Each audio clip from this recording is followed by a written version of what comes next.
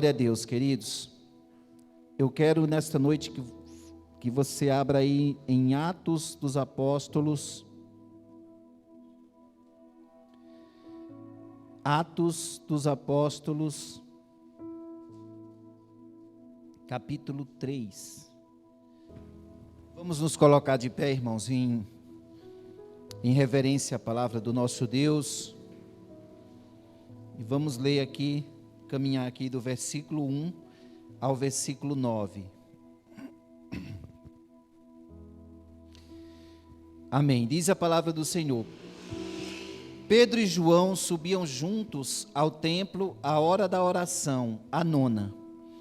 E era trazido um varão que desde o ventre de sua mãe era coxo, o qual todos os dias punham à porta do templo chamada Formosa, para pedir esmolas aos que entravam. Ele, vendo a Pedro e a João, que iam entrando no templo, pediu que lhe dessem uma esmola. Pedro, com João, fitando os olhos nele, disse: olha para nós. E olhou para eles, esperando receber alguma coisa. Disse Pedro: não tenho prata nem ouro, mas o que tenho, isso te dou. Em nome de Jesus Cristo Nazareno, levanta-te e anda. E tomando-o pela mão direita, o levantou, e logo seus pés e tornozelos se firmaram. E saltando ele, pôs-se em pé e andou, e entrou com eles no templo, andando e saltando e louvando a Deus. E todo o povo o viu andar e louvar a Deus. Amém? Pai Santo, nós te bendizemos nesta noite, Senhor. Eu busco nesta noite a direção do Teu Espírito Santo, como foi orado aqui, ó Pai, que o Senhor quebre nesta noite toda malignidade, Deus, todo levantar do inferno, tentando impedir a igreja de avançar, de louvar, tentando impedir a pregação da palavra neste lugar, tentando, meu Pai, trazer insegurança e medo aos corações. Nós rejeitamos nesta hora e repreendemos em nome de Jesus. Nós pedimos que o Teu Espírito Santo pregue ao nosso coração nesta noite, para que em nós haja força, coragem, ânimo para avançar, porque, ó Pai, nós queremos dar ouvidos à Tua voz. Toma o Teu lugar aqui, ó Deus, em nome de Jesus Cristo. Amém.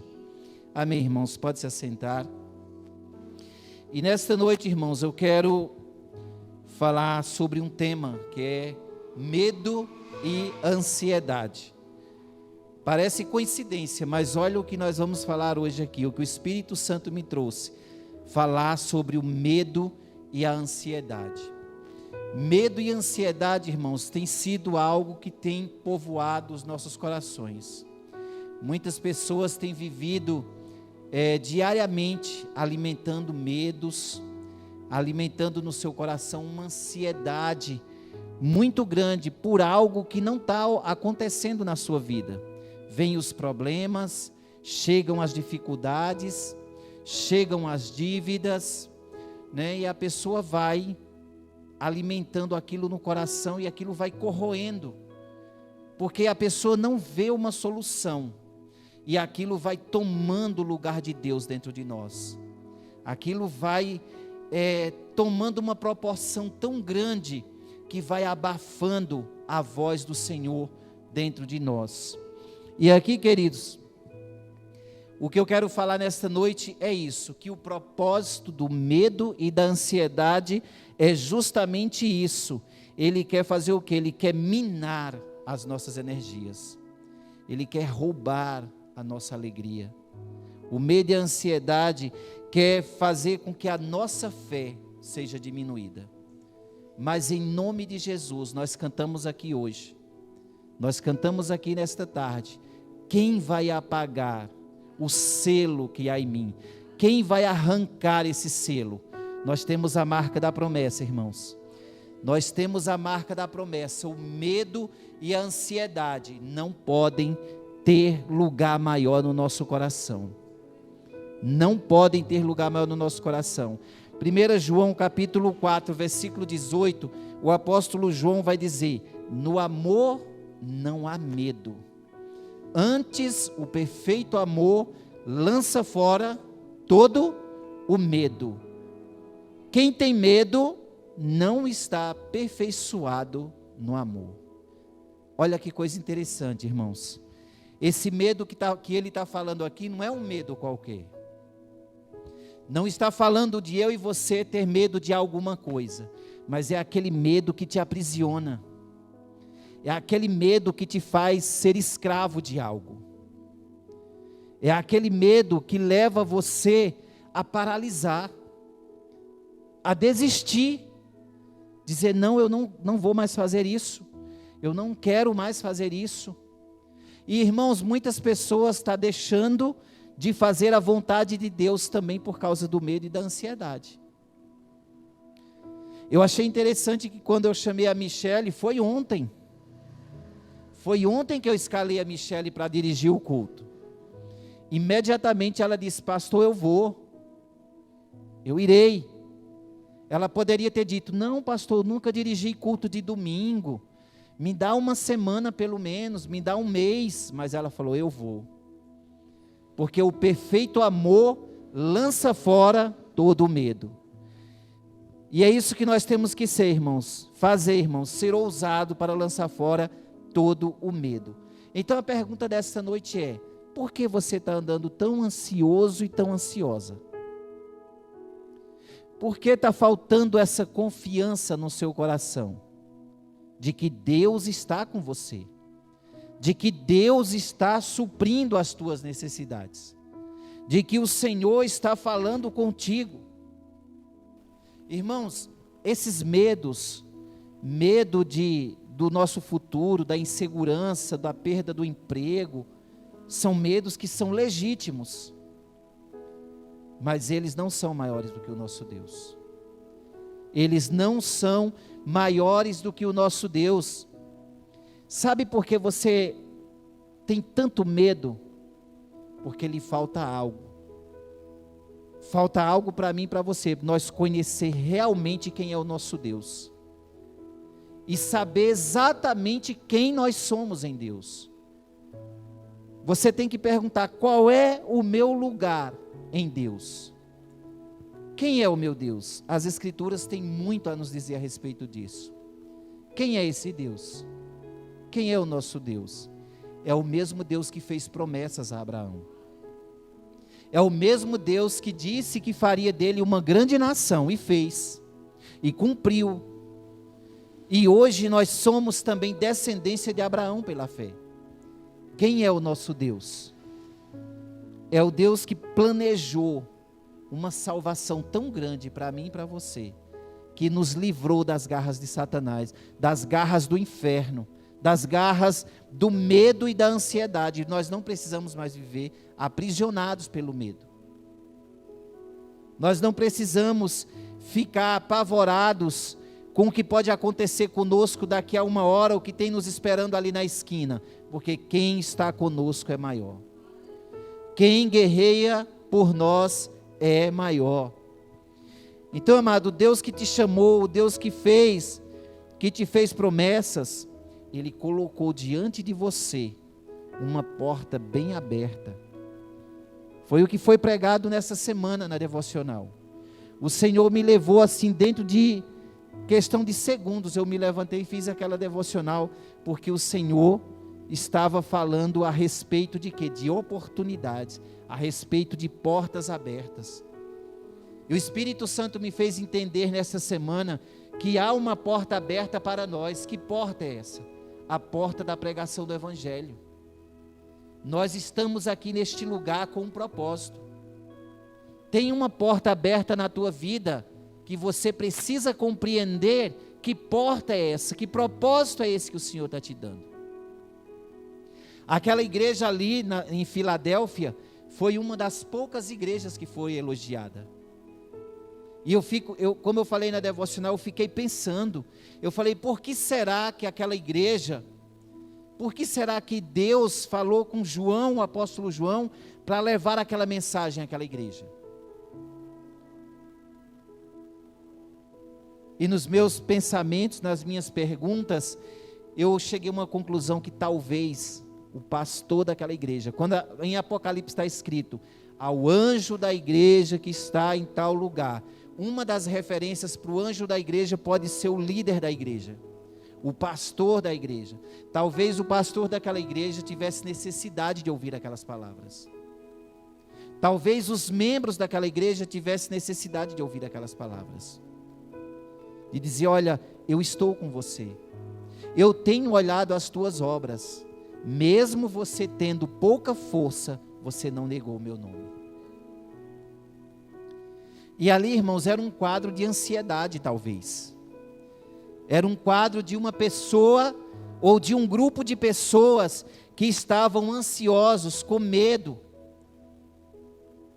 E o Espírito Santo de Deus leva essa palavra. Aliás, o próprio Jesus falou com João, não foi nem o Espírito Santo naquela época. O próprio Jesus falou com João na ilha de Patmos. Então, amados, quem é o nosso Deus? Conheça melhor o seu Deus. Conheça melhor quem você é em Deus. Quem é o nosso Deus? É esse Deus de justiça.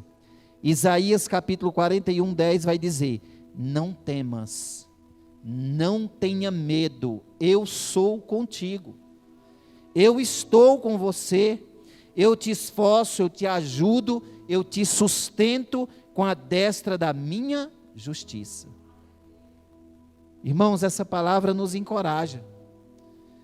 Quando você está sentindo medo, lembra-se daquilo que o Senhor já te falou. Eu tenho uma porta aberta para você. O perfeito amor lança fora o medo. Não tenha medo que eu estou com você. Olha quantas palavras. Quantas palavras o Senhor está falando conosco aqui nesta tarde. E como disse o apóstolo Paulo não, né? Que ninguém sabe quem foi o autor da carta aos Hebreus, como falei no culto anterior. E como disse o autor da carta aos Hebreus, ele falou, que mais direi? Que mais que vocês querem que eu fale a respeito desse Deus? Esse Deus que nos chamou, que nos capacitou, esse Deus que criou todas as coisas, esse Deus que chamou Jesus e disse, tu és o meu filho amado, em ti me comprazo. Esse Deus que fez uma obra tão maravilhosa nos nossos dias. Porque se Israel conheceu ao Senhor, por meio dos seus pais, hoje nós conhecemos por meio de Jesus, como foi pregado aqui. Então, amado, você não pode permitir que o medo e a ansiedade espiritual o medo e a ansiedade venha cegar o teu entendimento e te causar amnésia espiritual.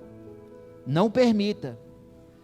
Como assim, pastor? Não permita que o medo venha impedir de você enxergar quem é o teu Deus. Como aquele louvor que as crianças cantam aqui tão animadamente, o meu Deus é um Deus grandão. O nosso Deus pode todas as coisas, irmãos.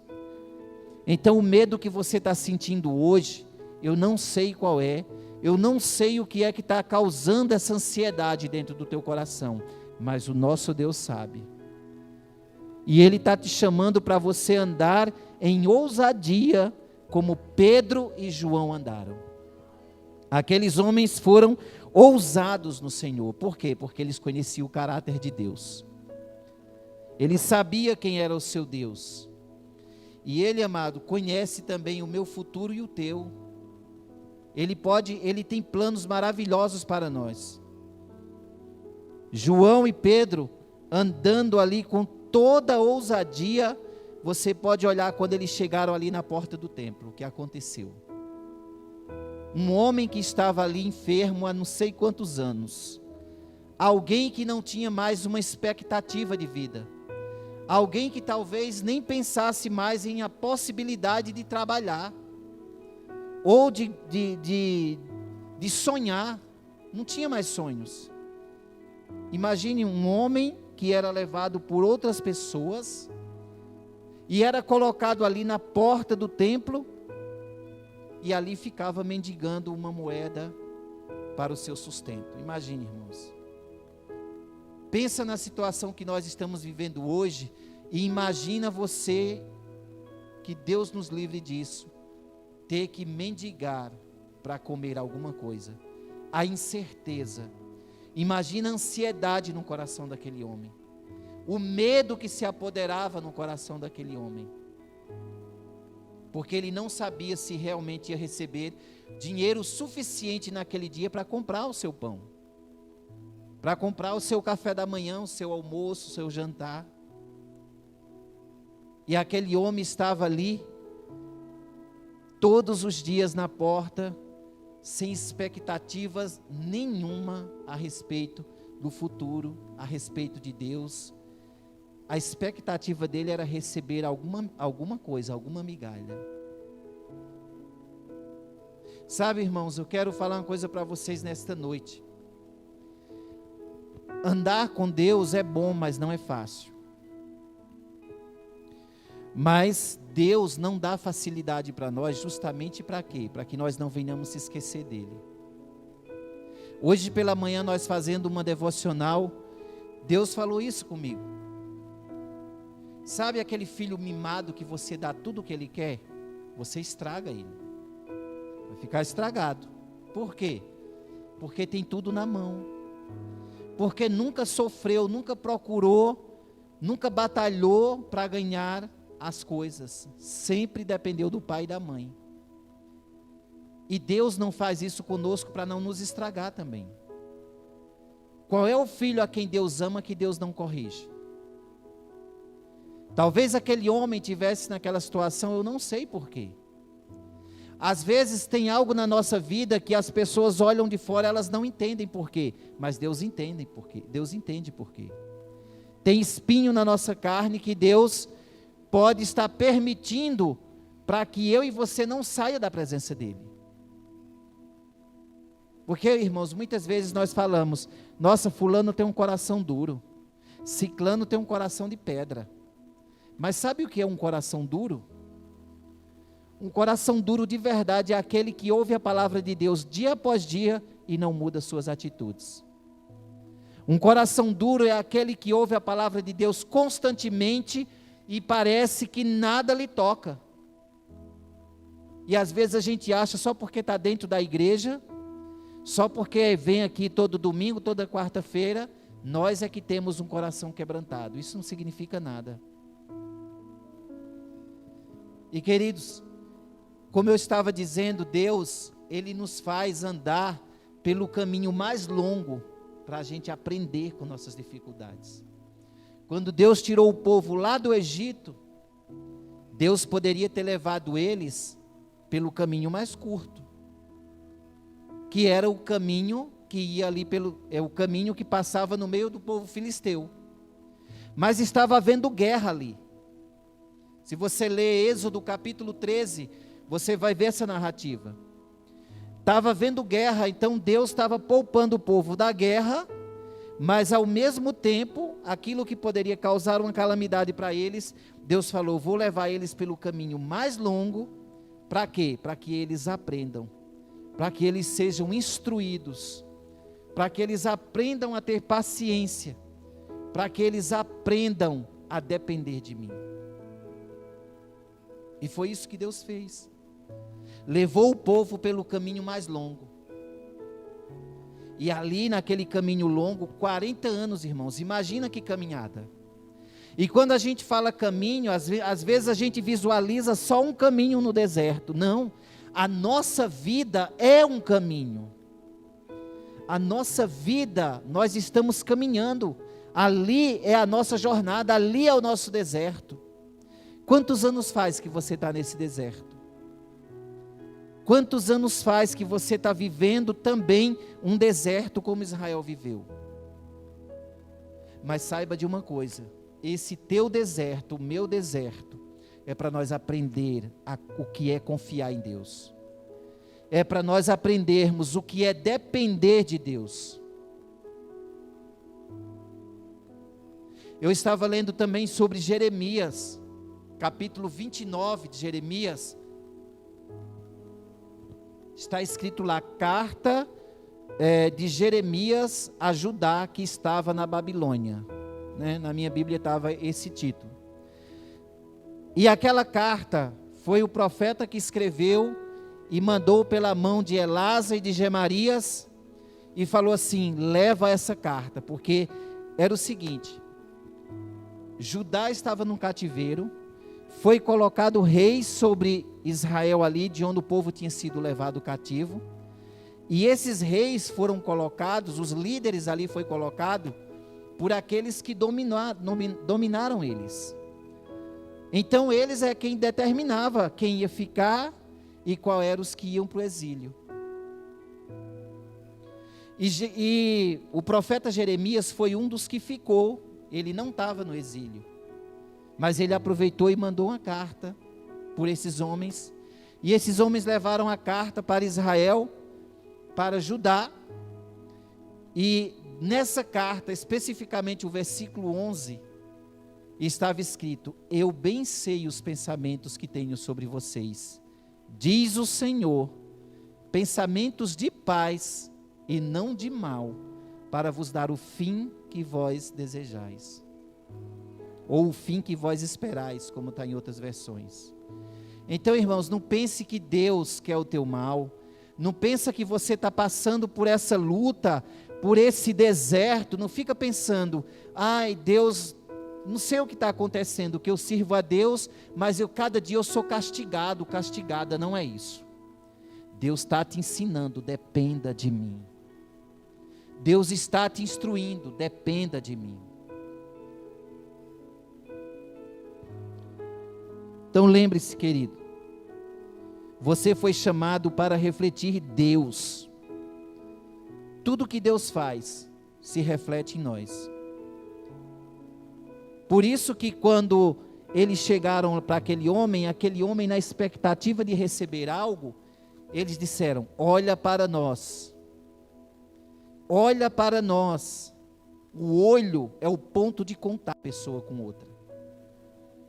No seu olhar você passa sentimentos, no seu olhar você consegue dizer o que você está sentindo, se você está sentindo medo ou confiança.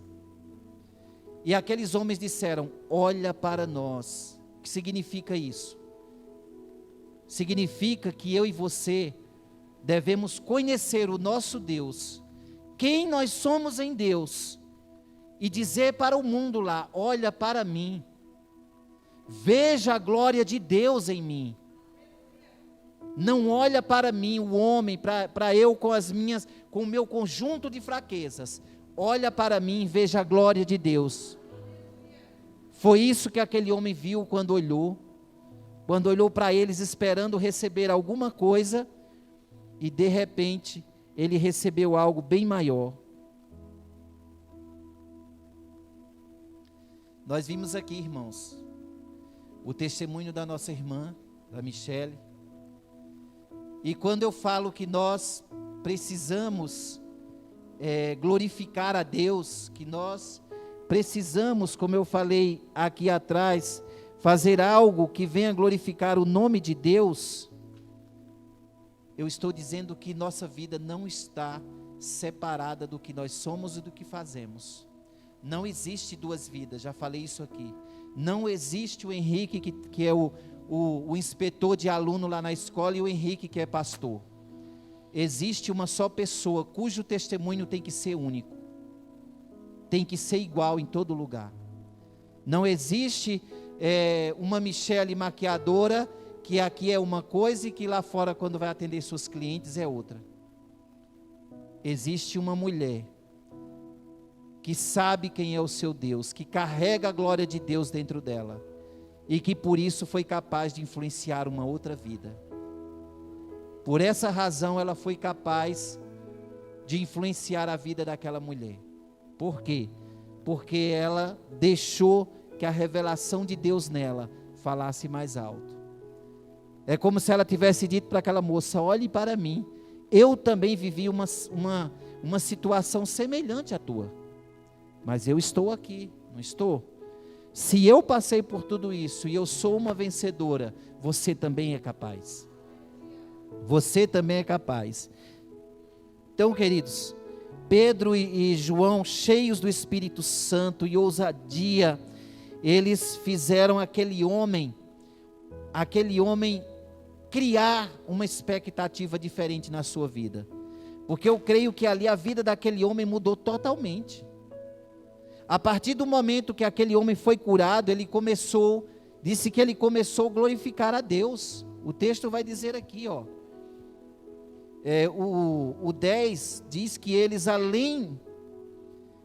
aliás, antes disso, o versículo 7 vai dizer que além deles declarar uma palavra de ordem, uma palavra de cura, no versículo 7 diz, e tomando-o pela mão direita, o levantou e logo seus pés e tornozelos se firmaram.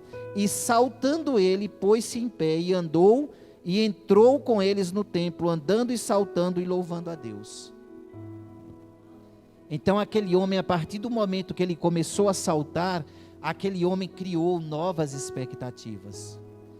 Ele falou, puxa, agora eu posso trabalhar, puxa, agora eu posso me manter, eu posso ganhar o meu salário, eu posso ganhar o meu pão, não preciso ficar dependendo de esmola para viver. E é isso, irmão, que Deus está falando para você nesta noite. Se levanta, olha para o Senhor, sai dessa zona de conforto, sai dessa zona de conforto em que você está e deixa Deus fazer a obra na tua vida. Reconheça quem você é em Cristo. Reconheça quem você é em Cristo. Os apóstolos só puderam fazer aquilo porque eles sabiam quem eles eram em Cristo. Porque eles receberam aquela palavra, eles estavam junto com os demais, quando Jesus falou antes dele subir, e ele falou lá em Betânia, ele falou assim, ó, aquele que crê em mim, obras maiores ainda farão. E estes sinais acompanharão aos que crerem. Em meu nome expulsarão demônios. Em meu nome colocarão as mãos sobre os enfermos e eles se levantarão. E aqueles homens carregaram essa verdade. E nós como igreja, você está carregando essa verdade dentro de você? Irmãos, se nós não acreditarmos na obra que Deus tem conosco, ninguém vai acreditar. Se você é um profissional inseguro no que você faz, pode ter certeza que a sua insegurança vai atingir todo mundo. Porque se você não acredita em você, ninguém também vai acreditar no teu trabalho. Se a Michele for fazer uma maquiagem, ela for toda trêmula, ai meu Deus, eu não sei se vai dar certo, ai, será que é assim? Não. Ela tem que ir na confiança do que ela já sabe. Ela vai fazer, ela sabe exatamente que cor de tom de pele a pessoa vai precisar, qual é o batom, qual é o blush, qual é a maquiagem que ela tem que pôr. Porque ela sabe, ela confia no trabalho dela. E as pessoas olham o resultado e dizem assim, meu Deus, ficou magnífico. E isso vai gerando confiança. Assim também, irmãos, é andar com Deus. Às vezes Deus não usa a nossa vida mais, porque a gente não é ousado. Sabia? Deus quer mais ousadia. Nós fomos pregar, terça-feira, nós estávamos na casa da minha sogra, da dona Ruth. E meu óculos está embaçando agora, irmãos. Um negócio aqui ficou feio. E a irmã Fátima pegou, foi tomada assim pelo Espírito Santo, catou na mão da minha sogra e, profetizou na vida dela. Ergueu a mão dela e dona Ruth, ela foi criada numa igreja mais tradicional. Então assim, esse mover de Pentecostes, assim, ela é um pouco reservada. Mas ali na terça-feira ela chegou até a chorar, que a gente via que Deus estava fazendo algo ali, Deus estava quebrando alguns paradigmas dentro do coração dela. Deus estava quebrando a ansiedade, o medo do coração dela. E Deus usou a vida da irmã Fátima. Deus não poderia ter usado a mim? Poderia. O Joaquim, que levou a palavra, poderia. A pastora Miriam, poderia. Mas vocês já ouviram aquele ditado que o próprio Jesus falou? Não é ditado, está escrito na Bíblia, que o profeta de casa não tem honra. Você pode falar o que for para o teu irmão, para o teu parente, Aí vem um lá de fora, fala a mesma coisa que você falou, a pessoa, Deus falou. Deus falou. Então Deus vai usar você como um vaso, para que você tenha essa ousadia de se levantar, e Deus está mandando você falar, então fala. Deus está mandando você dizer, então diz o que Deus mandou. Irmãos, eu não sou de ficar dando recado para ninguém, se eu não sentir que Deus falou. Mas eu dei o recado para uma pessoa, há algum tempo atrás, e essa pessoa, ela mudou totalmente. Ela não mudou para aquilo que eu esperava que ela tivesse mudado, ela mudou para pior. E aquilo quis me entristecer, sabe? E Deus falou comigo, não, quem tem que dar lugar no coração dela é ela. Se ela não acreditou naquilo que eu mandei falar para ela, é ela quem vai perder, é essa pessoa que vai morrer. Porque, irmãos, às vezes a gente tem medo de ser ousado, é com medo que as coisas não aconteçam. Sabe quando você vai orar por alguém, você está orando com medo que o milagre não aconteça? Se você já vai desse jeito, o milagre não acontece. Libera a palavra. Libera a palavra. Mas Deus quer que você libere a palavra. Para você ser esse canal de Deus, você tem que estar livre do medo e da ansiedade.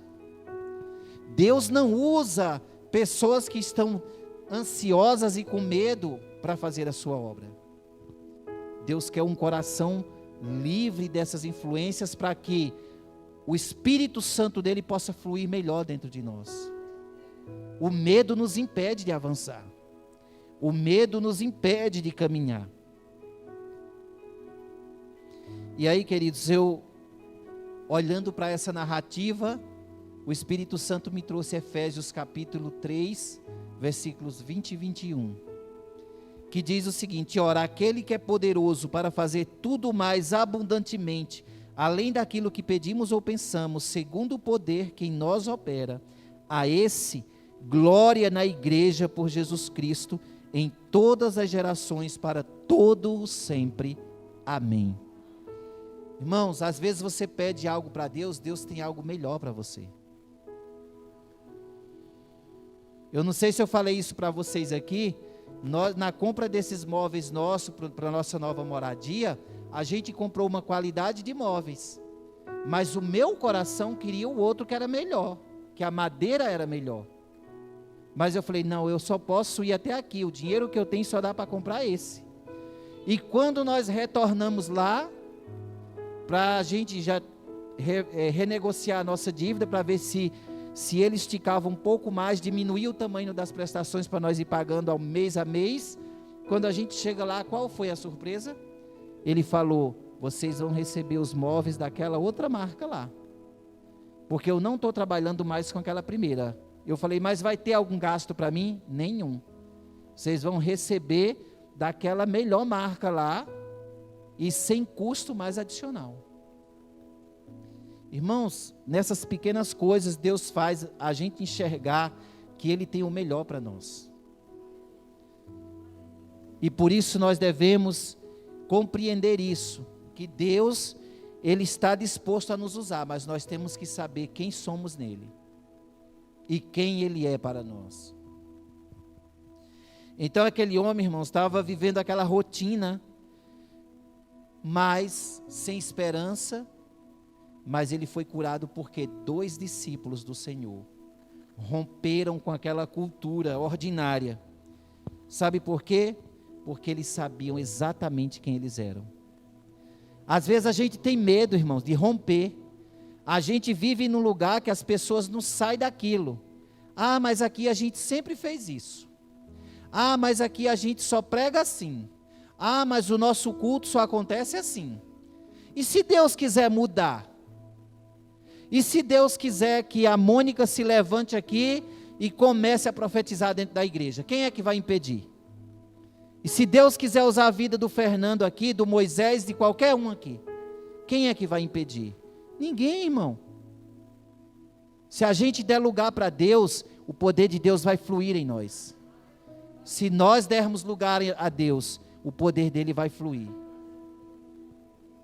O inimigo queria impedir esta palavra. Eu senti isso, irmãos. Eu escrevi o esboço da minha pregação todinha. Eu tive o maior trabalho ontem. Hoje, quando eu fui no meu celular, não tinha nada. Não tinha nada. Apagou tudo. Tentei refazer hoje, apagou de novo. Aí eu falei, já sei, eu vou pregar aquilo que Deus pôs no meu coração. Rascunhei alguma coisa aqui de última hora no caderno, para não esquecer a sequência do que eu queria falar, e Deus trouxe a mensagem. Chegando aqui, a equipe de louvor não conseguiu ensaiar. Sabe o que é isso, irmão? Retaliação do inferno. Mas nós temos um Deus que é poderoso, e nós somos um povo que não desiste nunca, e nós somos um povo que nós precisamos dar mais lugar a Deus, para entender o que Deus está falando conosco, para compreender o que Deus está falando conosco. Então, irmãos, uma vez que eles romperam com aquela cultura, e eles resolveram deixar o poder de Deus fluir, para que eles fossem bênção para outras pessoas, o que aconteceu? Quando as pessoas viram o que aconteceu, correu toda aquela multidão e disse, espera aí, eu não estou acreditando. Quando viu aquele homem entrando ali dentro do templo, então eles correram para junto de Pedro e João, que estava ali com o homem, e falou assim, espera aí, mas esse homem não era aquele que ficava na porta todos os dias pedindo esmola? Como é que ele está assim agora? Andando, falando, saltitando aqui, glorificando a Deus. E aí começaram a querer idolatrar Pedro e João. E aí Pedro fez o quê? Levou toda a glória para Deus, apontou para Jesus, falou, nós não fizemos nada. Quem é capaz de fazer algo, irmãos, por nós? Jesus. Às vezes a gente vê pessoas falando assim, nossa, graças a Deus que você ficou doente, mas se recuperou, é uma pessoa forte. A gente se recupera porque Deus nos sustenta. Alguém já perguntou para mim, nossa, você teve Covid, nossa, você ficou ruim assim, você não morreu porque você tem um organismo forte. Eu falei, porque o Senhor é na minha vida. Porque o Senhor é comigo. E se o Senhor não quiser? Então, irmãos, foi isso que eles fizeram. Continuando o texto aqui a partir do 10. E conheciam-no, pois era ele o que se assentava a pedir esmolas à porta formosa do templo. E ficaram cheios de pasmo e assombro pelo que lhe acontecera. E apegando-se ele a Pedro e João, todo o povo correu atônito para junto deles no alpendre chamado de Salomão. E quando Pedro viu isso, disse ao povo, varões israelitas, por que vos maravilhais disto? Ou porque olhais tanto para nós, como se de nossa própria virtude ou santidade fizéssemos andar este homem? O Deus de Abraão, o Deus de Isaque, o de Jacó, o Deus de nossos pais, glorificou a seu filho Jesus, a quem vós entregastes perante a face de Pilatos, negastes, tendo ele determinado que fosse solto, mas vós negastes o santo e o justo, e pediste que vos desse um homem homicida, e matastes o príncipe da vida, ao qual Deus ressuscitou dos mortos, do que nós somos testemunhas, e pela fé no seu nome, fez o seu nome fortalecer a este que vedes e conheceis, e a fé que é por ele deu a este. Olha aqui, esse homem foi curado, apesar dele estar naquela vida, talvez sem expectativas de um dia ficar de pé, mas a fé daquele homem no Deus vivo permanecia. Às vezes, irmãos, a gente acha que quando a gente tem alguma coisa, alguma enfermidade, ou tem algum problema de saúde, parece que a gente fala assim, acho que Deus esqueceu de mim. Quando Deus não está fazendo sempre coisas por nós, coisas boas, né? Que a gente julga boas, a gente acha que Deus se esqueceu de nós. Aquele homem poderia ter pensado assim. Dizer, Deus já se esqueceu de mim. Tantos anos, cadê o Deus dos meus pais? cadê aquele Deus de Israel que dizem ser tão bom? Mas ele continuou crendo naquela situação que ele estava. Você vê que lá atrás não fala nada da fé dele, mas aqui já fala que ele tinha fé. Na esperança de todos vós, esta perfeita saúde, o versículo 16, o final. E agora, o 17, irmãos, eu sei que vocês fizeram isso por ignorância, isso que ele está dizendo, como também os pais, também os vossos príncipes, mas Deus assim cumpriu o que já dantes pela boca de todos os seus profetas havia anunciado, que o Cristo havia de padecer. Olha onde eu quero chegar, o 19, arrependei-vos, pois, e convertei-vos, para que sejam apagados os vossos pecados, e venham assim os tempos do refrigério pela presença do Senhor. Amém? Então, irmãos, quando o milagre acontecer na tua vida, quando o Senhor te libertar do medo, da ansiedade, e quando o milagre acontecer na tua vida, as pessoas vão glorificar a Deus. E aí, muitos vai querer trazer a glória para você, mas é nessa hora que você tem que dizer, Ele, tudo é para Ele, por Ele e para Ele são todas as coisas, não é para mim. É isso que o Senhor quer fazer conosco, irmãos. Já estou acabando aqui. E eles aproveitaram ali, irmãos, e pregaram a salvação.